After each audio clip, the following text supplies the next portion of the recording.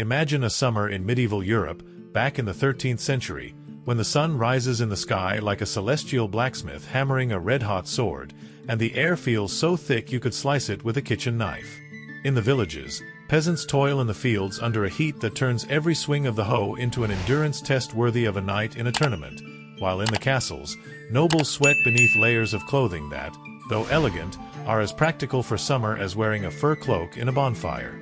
Without air conditioning, electric fans, or ice-cold drinks, high temperatures were as formidable an enemy as an invading horde or a plague of locusts. Yet, the medieval people didn't give up easily. With a mix of ingenuity, desperation, and methods we'd now consider brutal, they developed an arsenal of strategies to stay cool. Some so clever they could inspire us today, and others so peculiar they make us grateful to live in an era of refrigerators and cold showers. This tale, sprinkled with light humor to coax a smile without overdoing it, immerses you in a world where sweat was as common as morning prayers, and solutions to beat the heat could be as curious as a monk dancing under the sun to summon rain. Let's start with how medieval people built their homes, because while they didn't have degrees in architecture, they knew how to use their surroundings to mitigate the heat. In castles, those imposing fortresses that conjure images of feasts and justs, stone walls were a key defense against the scorching sun.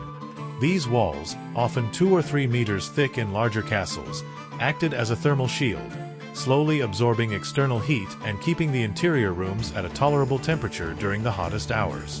This was especially useful in warm regions like southern France, northern Spain, or central Italy, where summers could be as relentless as a feudal lord demanding tribute.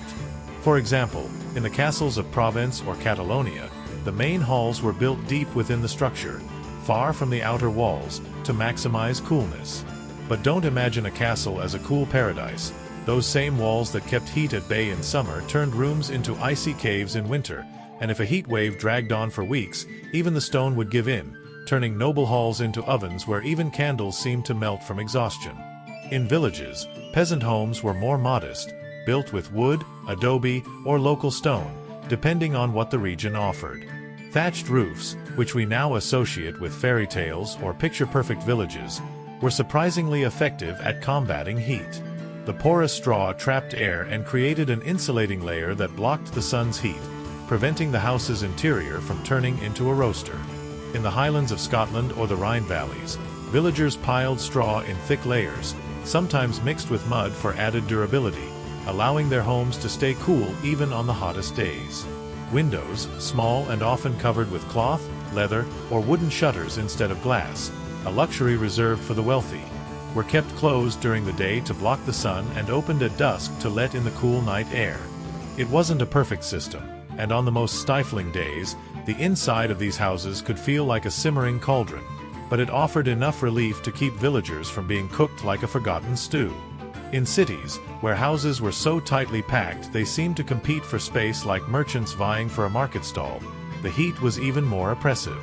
Narrow streets, covered in manure, garbage, and puddles of questionable origin, were hardly a haven of refreshing breezes. In places like Florence, Toledo, or Paris, heat accumulated between buildings, creating an oven-like effect that drove residents to seek any refuge possible. This brings us to one of the most curious, and yes, brutal practices of the time: the use of basements and caves as sanctuaries against the heat.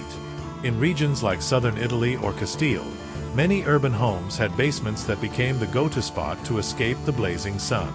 These underground spaces, though damp and often poorly ventilated, maintained a consistent cool temperature, making them ideal for resting, eating, or even doing household chores during the hottest hours. In rural areas of Aragon or Languedoc, some communities relocated to natural or man-made caves during the summer months, creating temporary underground settlements. Living like a hermit in a cave wasn't exactly a dream summer plan, but when the heat was unbearable, a damp, dark cave was the medieval equivalent of a luxury resort with a subterranean view. In Mediterranean regions like Al-Andalus or Sicily, Arab influence brought more advanced architectural techniques. In cities like Córdoba or Seville, the homes of the elite featured inner courtyards with fountains and water channels that cooled the air through evaporation, a system the Arabs perfected in their palaces and which Christians eagerly adopted, though with less sophistication. These courtyards, surrounded by arcades and climbing plants like vines, ivy, or jasmine, created cool microclimates that made life more bearable. In Christian castles, especially in the Kingdom of Aragon or southern France, attempts were made to emulate this design with internal gardens and ponds, though often with more modest results due to limited resources or technical know-how. For instance, in the castle of Carcassonne, lords installed small ponds in courtyards, fed by channels bringing water from nearby rivers, though keeping them clean was a constant task for the servants. If these stories about how medieval people survived the heat with ingenuity and a touch of madness fascinate you, I recommend subscribing to our YouTube channel, where we upload historical content with light humor that'll make you learn and laugh at the same time. It's free, and I promise we won't ask you to dig your own cave to stay cool. Now, let's talk about clothing, because if you think today's heat is unbearable in a t-shirt and shorts, imagine facing it with layers of fabric that seemed designed to suffocate you. Medieval fashion was hardly summer-friendly, especially for nobles, who were obliged to maintain their status with long tunics, cloaks, and elaborate hats, even when the sun punished them mercilessly.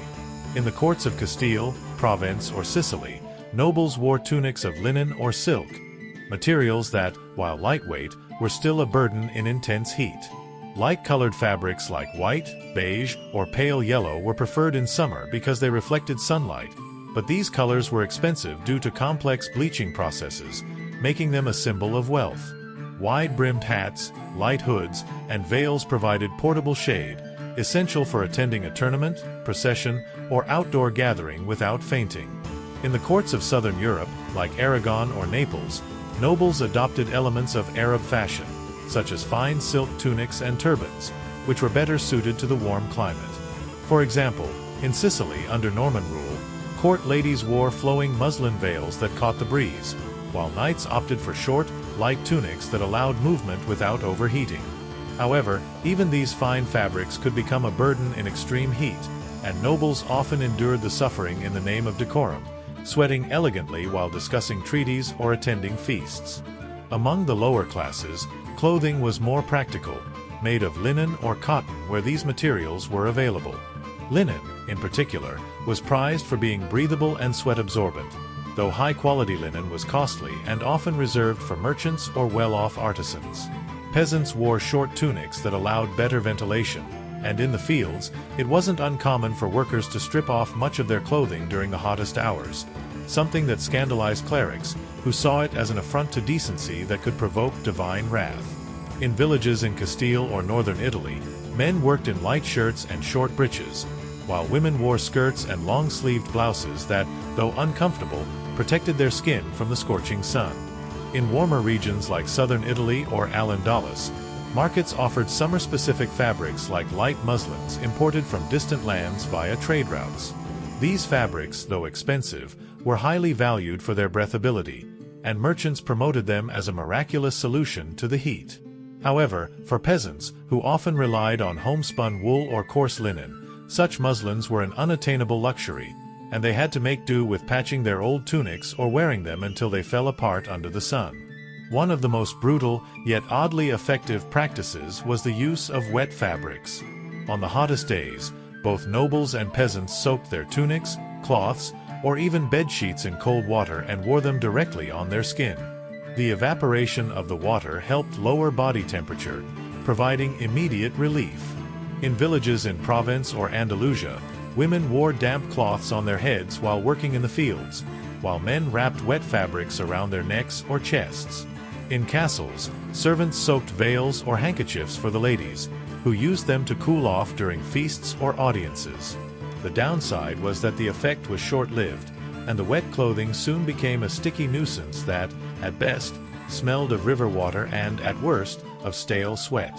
In coastal regions like Liguria or Catalonia, fishermen used old nets soaked in seawater to cover themselves while working, leveraging the salinity to keep their skin cool longer, though this could cause irritation if not rinsed properly. This practice, though rudimentary, was a testament to the desperation to find relief in a world without air conditioning. Water, of course, was a key resource in the fight against heat, but obtaining it wasn't as simple as turning on a tap. In the Middle Ages, access to clean drinking water was a constant challenge. Wells, rivers, and springs were the main sources, but they weren't always clean, and contaminated water could be more dangerous than the heat itself. In castles, servants carried buckets of cold water to the lord's chambers, where they refreshed themselves by wetting their hands, faces, necks, or feet. This simple act was a luxury, as transporting water required effort, especially in fortresses perched on hills, like the castle of Montségur in Languedoc, where wells could be several meters deep. In villages, rivers and lakes became gathering points during the summer, not just for fetching water but also for bathing and socializing. In the lowlands of Flanders or the Pas Valley, families gathered by the water's edge to wash clothes, cool off, and share stories, turning a practical task into a communal event. However, bathing wasn't a daily practice as it is today. While the myth that medieval people never washed is exaggerated, regular bathing was rare, and dipping into a river in summer was both a relief and a special occasion. In regions where water was scarce, like the arid plains of Castile or the dry lands of Sicily, villagers had to trek miles to the nearest river, carrying leather waterskins or wooden buckets to collect water. These journeys, though exhausting, were a chance to escape the heat of the fields and enjoy a brief moment of coolness. And if you want to learn more about this topic, I've linked a book in the description that dives deeper. Beverages were another clever way to combat the heat, and medieval people knew how to make the most of what they had. Beer, wine, and mead were the most common drinks, but in summer, lighter, diluted versions were preferred to avoid the sluggishness of alcohol on a hot day. Small beer, with low alcohol content, was a popular choice because it was safer than questionable water. In villages in England or northern France, brewers added herbs like mint, rosemary, or sage, which not only enhanced flavor but also had refreshing and medicinal properties. In monasteries, monks brewed cold herbal infusions, often sweetened with honey, which were a sort of medieval iced tea. These infusions might include elderflower, chamomile, or rose petals, depending on the region and available resources. For example, in Benedictine monasteries in Burgundy, monks used lemon balm and mint from their gardens to make drinks for pilgrims during the summer. In wine-growing regions like Bordeaux or Tuscany, wine was diluted with water to make it lighter, a practice inherited from the Romans that remained popular. In Northern Europe, where apples were plentiful, cider, a low-alcohol fermented drink, was a refreshing alternative to beer. In the markets of cities like Bruges or Venice, vendors offered freshly squeezed fruit juices, such as pomegranate, blackberry, or apple, mixed with water or honey to enhance the flavor. Another interesting drink was pasca, a Roman holdover still popular in parts of Europe, especially in the Mediterranean. Pasca was a mix of water, vinegar, and herbs, sometimes with a touch of honey to soften the taste. While it might sound like a drink you'd only take on a lost bet today, in the Middle Ages, it was valued for its ability to hydrate and replenish electrolytes, crucial on hot days when sweat left you drier than an old parchment. In taverns in Rome or Naples, pasca was served in clay jugs, and patrons sipped it slowly while playing dice or discussing market news. Nobles, meanwhile, could afford luxuries like importing exotic spices, such as ginger, cloves, or cinnamon, to add a sophisticated twist to their drinks. In the courts of Castile or Sicily, servants prepared mixtures of spiced wine and cold water, served in silver goblets to impress guests. Peasants, on the other hand, made do with what grew nearby: berries, apples, or even nettles, which, though not appetizing, were nutrient-rich and used in refreshing infusions. A particularly clever trick for keeping drinks cool was burying clay jugs in the ground. The earth, especially a few centimeters deep, stayed cooler than the outside air, and the porous clay allowed slight evaporation that helped chill the contents. This method was common in Mediterranean regions like Al-Andalus or southern Italy, where summers were long and dry. It wasn't a perfect refrigeration system, but imagine the satisfaction of unearthing a jug of cool beer or water after a morning working under the sun. It was the closest medieval people got to opening a fridge. If there's one thing that defines the brutal nature of medieval methods, it's the practices that seem extreme, if not outright bizarre, to us today. One of the most notorious was bloodletting, a medical technique based on Galen's theory of humors, which dominated medieval medical thought. According to this belief, An excess of hot blood could overheat the body, causing everything from fevers to fainting in the summer heat. So, in an act of medieval logic, a barber surgeon might show up with a lancet or a handful of leeches to draw blood and supposedly cool the patient. In villages in England or France, barber surgeons traveled the roads with their tools, offering bloodletting to anyone who seemed too overheated. In castles, court physicians performed more elaborate bloodlettings, using copper bowls to collect the blood and herbs to purify the wound. Spoiler: not only did it not work, but it likely left the person weaker, dehydrated, and even less equipped to handle the heat. Yet, in an era where medical science was more an art of improvisation, bloodletting was an accepted practice, and patients endured it with a mix of blind faith and resignation. In a 13th century chronicle, a monk from Canterbury describes how a knight, after a bloodletting in the height of summer, fainted not from the heat but from blood loss, prompting the cleric to quietly question the wisdom of physicians, though he didn't dare say it aloud. Another less invasive, but still brutal in its own way, technique was the use of cold compresses made from unconventional materials.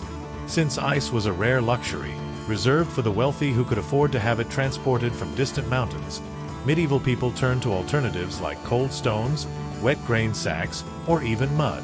Stones, if kept in a basement or shaded area, could stay cool for hours and were placed on the forehead, neck, or feet to lower body temperature. In villages in the Pyrenees or Alps, peasants collected smooth river stones and stored them in caves for summer use. Mud, though not exactly a spa treatment, was particularly effective because it stayed wet and cool and could be molded to cover large areas of the skin. In clay-rich regions like the plains of Tuscany or the Ebro Valley, mud was mixed with spring water to create a paste that was applied to the skin or wrapped in cloths to make compresses. Herbalists and apothecaries often added crushed herbs like mint, basil, or rosemary to enhance the cooling effect and add a pleasant scent. These compresses were placed on strategic points like the wrists, neck, or ankles, where blood vessels are closer to the surface, maximizing cooling. In Castilian villages, women taught their daughters to prepare these compresses, turning the practice into a family tradition passed down through generations. However, slathering yourself in mud on a hot day had its downsides. The smell, the mess, and the puzzled looks from your neighbors weren't exactly a bonus. In rural areas, children often had fun smearing mud on each other, turning a survival tactic into a messy game that relieved the heat and sparked laughter. In larger cities like Paris, Florence, or Toledo, markets became a hotbed of heat relief solutions, some more effective than others. Vendors sold rudimentary fans made of feathers, cloth, or even dried leaves, which, though not as sophisticated as the oriental fans that would arrive centuries later, did the job of moving hot air around your face. In Venice's markets, merchants sold fans made from imported bird feathers, a luxury for the city's ladies. Apothecaries crafted cooling ointments from mint, eucalyptus, vinegar, or even essential oils, which were applied to the skin for a refreshing sensation. In Toledo, Arab and Christian apothecaries collaborated to create herbal blends combining Al-Andalus knowledge with local traditions, such as mint and lavender ointments sold to pilgrims. The effectiveness of these ointments was questionable, but the placebo effect was powerful, and the mere act of doing something about the heat made people feel better. Savvy vendors also offered amulets and talismans promising protection from the heat, like copper pendants, stones etched with mystical symbols, or tiny vials of holy water. In Santiago de Compostela's markets, pilgrims bought these amulets hoping they'd shield them from the heat on their journey, though there's no evidence they worked beyond offering a bit of hope. In port cities like Genoa or Barcelona, merchants imported exotic goods like tropical bird feather fans or lightweight fabrics from the East, sold at exorbitant prices to nobles and wealthy merchants eager to flaunt their sophistication while battling the heat. Religion, as expected, also played a role in the fight against heat. In the Middle Ages, any natural phenomenon, from a storm to a heat wave, could be interpreted as a divine sign. In villages in Castile or Bavaria, processions were held to pray for rain or milder temperatures, with priests and faithful marching under the scorching sun, chanting litanies and sweating profusely in the name of faith. Ironically, these processions exposed participants to more heat, but the hope of divine intervention was a powerful motivator. In extreme cases, rituals like dipping sacred relics in water to cool the environment or sprinkling holy water on fields were performed in hopes that God would send a miraculous breeze. In Tuscan churches, priests submerged wooden crosses in rivers during ceremonies while the faithful prayed for a change in the weather. There's no historical record of these practices altering the climate, but collective faith helped communities endure the heat with a bit more resignation. In monasteries, monks recited specific prayers for good weather, and in some cases, symbolic sacrifices, like throwing flowers into a river or burning olive branches, were performed to appease weather-related saints like Saint Isidore in Spain or Saint Agatha in Sicily. In villages, women often led folk rituals, such as rain dances, where participants spun in circles under the sun, sweating and singing in hopes their efforts would be rewarded with a storm. These dances, though exhausting, were a way to unite the community and keep morale high during extreme heat. If you want to dive deeper into these practices and learn more about how medieval people blended ingenuity, faith, and a touch of madness to survive the heat, I invite you to subscribe to our YouTube channel. You'll find videos breaking down these topics with curious facts and humor that'll make you laugh while you learn. Don't miss it! Food also played a crucial role in combating the heat, though the medieval diet wasn't exactly light. Heavy stews, roasted meats, and dense breads dominated the table for much of the year. But in summer, medieval people adapted their eating habits to make them more bearable. Fresh fruits like apples, pears, plums, and berries were highly valued for their juiciness and ease of digestion. In Mediterranean regions, citrus fruits like oranges and lemons were gaining popularity, especially among nobles who could afford to import them from Sicily or Al-Andalus. In Provençal villages, peasants gathered fresh figs and grapes, eating them straight from the tree or pressing them into juices. Cold broths, precursors to modern gazpacho, were also common in some areas, made with bread, vinegar, olive oil, and fresh herbs like parsley or cilantro. These dishes required no cooking, a blessing in a kitchen where lighting a fire was like inviting hell into your home. In villages in Castile or Andalusia, women prepared salads of wild herbs like dandelion, sorrel, or watercress, mixed with vinegar and a pinch of salt, which were light and refreshing. In castles, cooks experimented with more elaborate dishes, like fruit jellies sweetened with honey or cold apple and pear compotes, served at feasts to impress guests while relieving the heat. In a 14th century chronicle, a cook from the court of Aragon describes preparing a pomegranate jelly for a summer banquet, which was so well received that the nobles applauded, likely as much out of desperation for something cool as appreciation. In monasteries, where austerity was the norm, monks had their own methods for dealing with the heat. Cloisters, those open courtyards surrounded by arcades, provided shade and ventilation, making them ideal for working, reading, or meditating during the day. Many monasteries, like those in Cluny or Monte Cassino, were strategically built near rivers, springs, or wells, ensuring a steady supply of fresh water.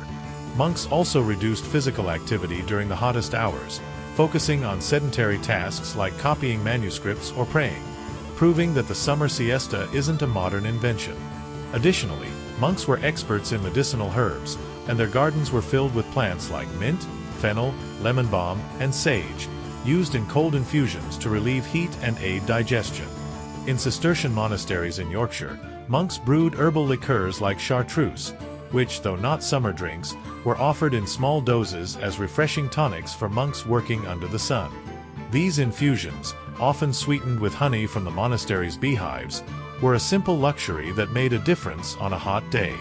In monastic hospitals, these drinks were also offered to the sick and pilgrims, who arrived exhausted after walking under the sun on routes like the Camino de Santiago. And if you want to learn more about this topic, I've linked a book in the description that dives deeper. The details of how monks and other medieval people adapted their daily lives to the heat are fascinating and show how much we can learn from their ingenuity, even if some of their ideas seem a bit outlandish today. In rural areas, the heat also affected animals, and medieval people knew that keeping livestock cool was essential for their survival. Shepherds led their flocks to graze at dawn or dusk, avoiding the midday heat, and sought shade under trees or improvised shelters with branches and cloth. In the Scottish Highlands, shepherds used dry stone walls to create shaded pens, while in the plains of Castile, herds were taken to riverbanks to drink and cool off. Pigs, which don't sweat and are particularly vulnerable to overheating, were taken to wallow in mud puddles, a practice that not only cooled them but also protected them from the sun. If you've ever seen a pig happily rolling in mud, you can picture the scene. An animal grunting in delight while villagers, sweating under the sun, probably envied its carefree attitude. Horses, essential for transport and warfare, also received special care. Knights and muleteers watered them regularly and covered them with wet cloths to prevent exhaustion, especially in warmer regions like southern France or Italy, where heavy armor could turn a ride into torture. In castle stables, grooms ventilated the areas with open doors and used buckets of water to keep the ground damp, helping to lower the temperature. In cities, the heat brought additional problems, like the spread of diseases. Stagnant water, accumulated waste, and poor hygiene created a breeding ground for flies, mosquitoes, and illnesses like dysentery or typhus. Though medieval people didn't understand germs, they knew heat and filth were a bad combination, and many burned aromatic herbs like rosemary, lavender, or thyme in their homes to repel insects and purify the air. In Al-Andalus cities like Granada, residents used incense and essential oils in their homes, a practice inherited from Arab culture that spread to Christian Mediterranean cities. While not always effective, these efforts show an attempt to adapt to the circumstances with a limited knowledge of the time. In port cities like Genoa or Marseille, merchants imported exotic spices and herbs used in ointments and drinks, adding a touch of sophistication to heat relief solutions. For example, cloves and cinnamon, though expensive, were added to infusions for a distinctive flavor and, according to apothecaries, cooling properties. Shade was another key strategy. In castles, gardens, and inner courtyards were designed to maximize shaded areas, with fruit trees like figs, walnuts, or cherries providing relief from the sun. In villages in Tuscany or Provence, large trees like oaks or chestnuts were communal gathering spots where people rested, chatted, or did manual tasks like sewing, weaving, or tool repair. In some regions, temporary wooden and cloth structures, similar to modern awnings, were built to create shade in markets or plazas.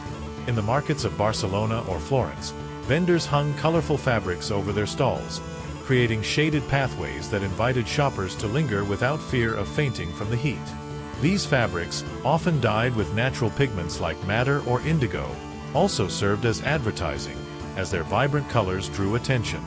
In rural areas, villagers planted vines and climbing plants around their homes, creating natural shade that also provided grapes for eating or fermenting.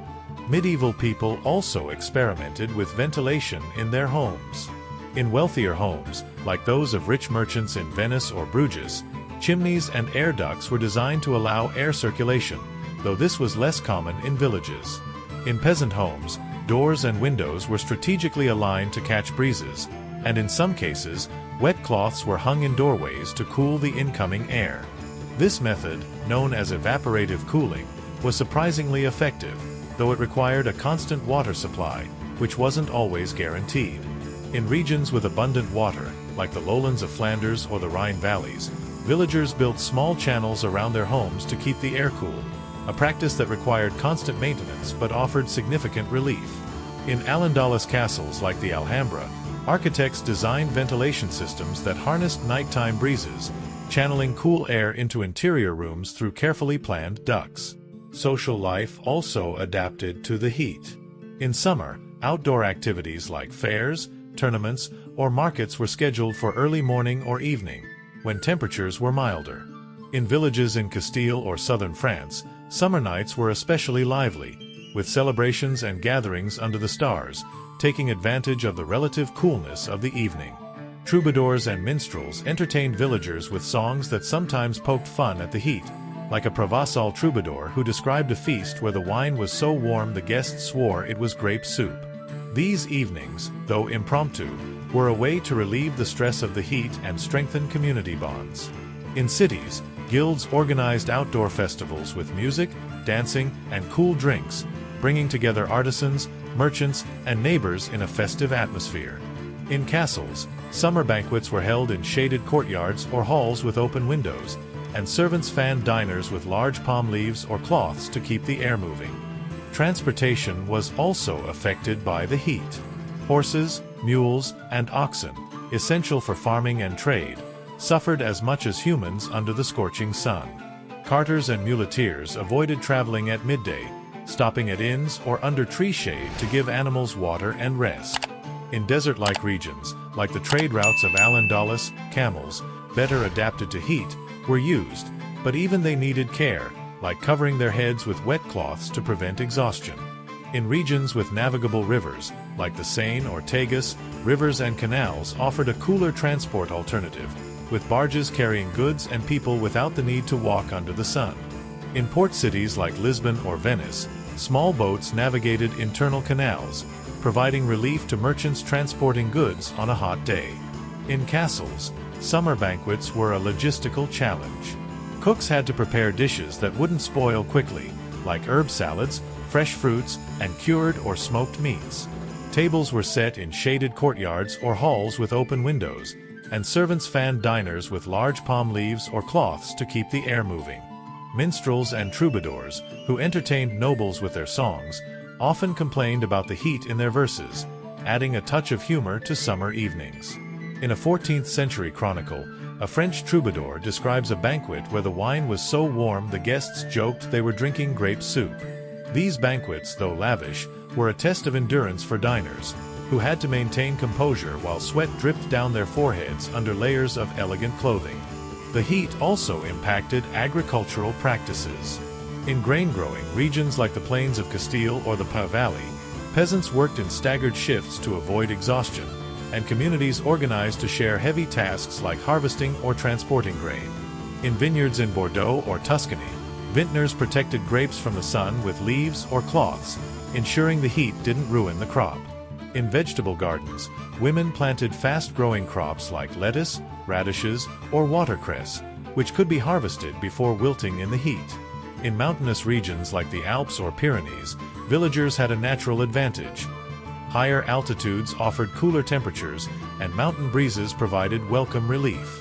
However, even in these regions, heat could be an issue, especially in valleys where air stagnated. Mountain shepherds took their flocks to higher slopes in summer, where the grass was fresher and the air cleaner. In mountain villages, houses were built with sloped wooden or slate roofs that reflected sunlight and prevented heat buildup inside. Religious life was also influenced by the heat. In monasteries, prayer hours were adjusted to avoid the hottest times, and outdoor masses were held under canopies or in churches with thick stone walls that kept the interior cool. Pilgrims on routes like the Camino de Santiago carried wide-brimmed hats and staffs that served as both support and sun protection. At pilgrimage hostels, travelers were offered fresh water and shade, as they often arrived exhausted from walking under the sun. In villages, local churches became impromptu refuges during the day, where villagers could rest in the shade of stone walls and pray for relief from the heat. Priests, often dressed in heavy liturgical vestments, endured the heat with stoicism, though it wasn't uncommon for them to faint during outdoor masses, much to the dismay of the faithful. Personal hygiene was also a priority in summer. Though hygiene wasn't as rigorous as today, medieval people washed more frequently during warmer months to relieve heat and prevent skin infections. Soaps, made from ashes and animal fats, were harsh but effective, and in wealthy homes, they were scented with lavender, rosemary, or rose essences. In regions under Arab influence, like Cordoba or Granada, public baths or hammams offered a place to cool off and socialize, with cold water pools and steam rooms combining cleanliness with heat relief. In villages, rivers and lakes served as makeshift public baths, where families gathered to wash, play, and escape the heat. However, these baths weren't without risks. Contaminated water could cause illness, and drownings were a constant concern, especially for children who couldn't swim. The use of ice, though rare, deserves special mention. In the wealthiest courts, like those of the kings of Castile or the dukes of Burgundy, ice was brought from mountains in carts covered with straw to preserve it. This ice was stored in underground pits, known as ice houses, and used to chill drinks or preserve food during summer banquets. In the castle of Valladolid, chroniclers describe how servants brought snow from the Picos de Europa to cool the king's wine, a luxury that impressed guests. However, this practice was reserved for the elite, as transporting ice was costly and logistically complex. For most of the population, ice was as unattainable as a golden suit of armor, and they had to rely on more accessible methods, like buried jugs or mud compresses. Hydration was another critical aspect, though medieval people didn't understand the scientific concepts of dehydration or electrolytes. They knew from experience that heat could drain the body, and they encouraged drinking fluids, even in small amounts throughout the day. Travelers carried leather waterskins filled with water, beer, or cider, hung from their belts for easy access. In monasteries and hospitals, light broths were offered to the sick and elderly, who were more vulnerable to heat's effects. These broths, made with vegetables like celery, parsley, or carrots, provided essential nutrients and helped replenish fluids lost through sweat. In regions with abundant fruit, like the Rhone or Ebro valleys, villagers pressed apples, pears, or grapes to make juices that, while not cold, were refreshing and easy to digest. In the markets of cities like Bruges or Florence, vendors offered improvised drinks, like water with a splash of vinegar or berry juice, served in wooden bowls or clay jugs. The role of herbs in fighting heat cannot be understated. Herbalists, often women in villages, gathered wild and cultivated plants to prepare remedies and drinks. Mint, for example, was a star ingredient due to its immediate cooling effect. In Provençal villages, women crushed fresh mint and mixed it with water to create a drink that instantly relieved the heat. Rosemary, known for its stimulating properties, was used sparingly to combat heat-induced fatigue. In coastal regions like Liguria or Catalonia, dried and crushed seaweed was added to soups, believed to help regulate body temperature. A practice likely more superstition than science but reflective of medieval ingenuity. In monasteries, monks grew herb gardens with plants like sage, fennel, and lemon balm, used in cold infusions to relieve heat and improve health. These infusions, often sweetened with honey, were a way to combine pleasure with utility, and monks shared them with pilgrims and the sick visiting their hospitals. In cities, heat also affected the economy. Fresh products like meat, fish, and dairy spoiled quickly, forcing merchants to sell them before noon or store them in cool basements. In the markets of London or Paris, fishmongers used baskets lined with wet seaweed to keep fish fresh, while butchers hung meat on hooks in cool storerooms, using salt or vinegar for preservation.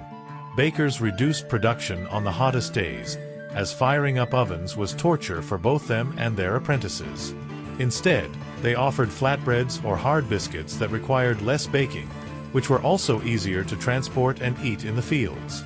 Cloth merchants, selling linen and cotton, promoted their wares as ideal for summer, and tailors worked overtime to sew light tunics that customers could wear without suffocating.